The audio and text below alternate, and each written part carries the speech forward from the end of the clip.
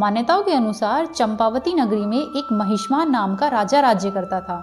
उसके 4 पुत्र थे। उनमें सबसे बड़ा पुत्र लुम्पक था। वह राजपुत्र महापापी था। वह पापी सदा ही परस्त्री और वैश्यागमन तथा दूसरे बुरे कार्यों में अपने पिता का धन नष्ट किया करता था। वह सदैव ही देवता, ब्राह्मण, वैष्णव की निंदा किया करता था। जब राजा को अपने बड़े पुत्र के ऐसे कुकर्मों का पता चला तो उन्होंने उसे अपने राज्य से निकाल दिया। तब वह विचारने लगा कि मैं कहाँ जाऊं और क्या करूं। अंत में उसने चोरी करने का निश्चय किया। दिन भर वह वन में रहता और रात्रि के समय अपने पिता की नगरी में चोरी करता तथा प्रजा को तंग करता और उन्हें मारने का कुकर्म करता। कुछ समय पश्चात सारी नगरी भयभीत हो गई। वह वन में रहकर पशु आदि को मारकर खाने लगा। नागरिक और राज्य के कर्मचारी उसे पकड़ लेते, किंतु राजा के भय से उसे वापस छोड़ देते।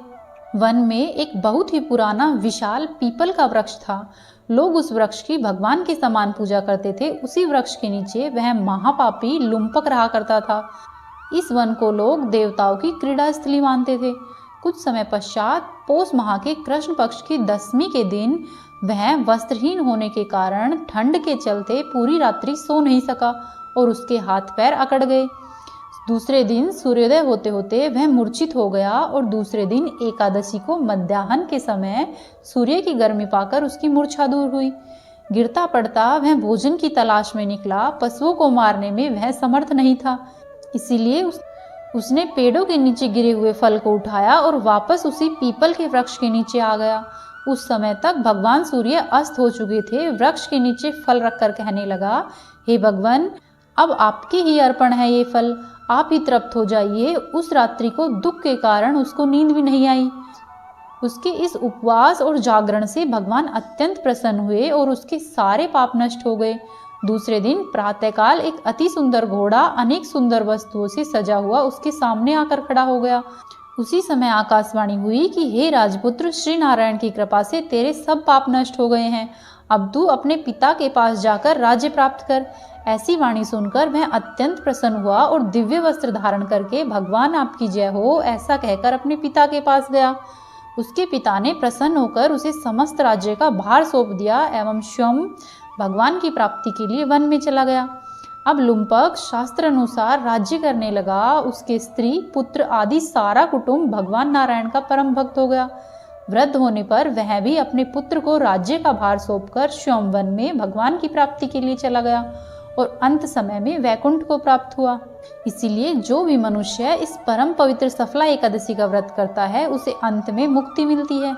इस सफला एकादशी का महात्म्य पढ़ने अथवा श्रवण करने से मनुष्य को अश्वमेध यज्ञ के समान फल मिलता है। एकादशी के दिन मन, कर्म, वचन किसी भी प्रकार का पाप करने से मनुष्य को बचना चाहिए। एकादशी तिथि के दिन लहसुन, प्याज, मांस, मछली, अंडा इत्यादि तामसिक आहार से दूर रहना चाहिए एवं दिन के समय सोना भी नहीं चाहिए। इस दिन व्रत करने वाले व्यक्ति को किसी की बुराई या चुगली नहीं करनी चाहिए। माता, पिता, गुरु या अन्य किसी का दिल नहीं दुखाना चाहिए और ना ही किसी का अपमान करना चाहिए। एकादशी व्रत के दिन चावल नहीं खाने चाहिए। जो लोग एकादशी का व्रत नहीं करते हैं उन्हें भी इस दिन चावल नहीं खाने चाहिए। साथ ही भगवान विष्णु को भी चावल अर्पित नहीं करने चाहिए। भगवान विष्णु को आप तिल अर्पित कर सकते हैं।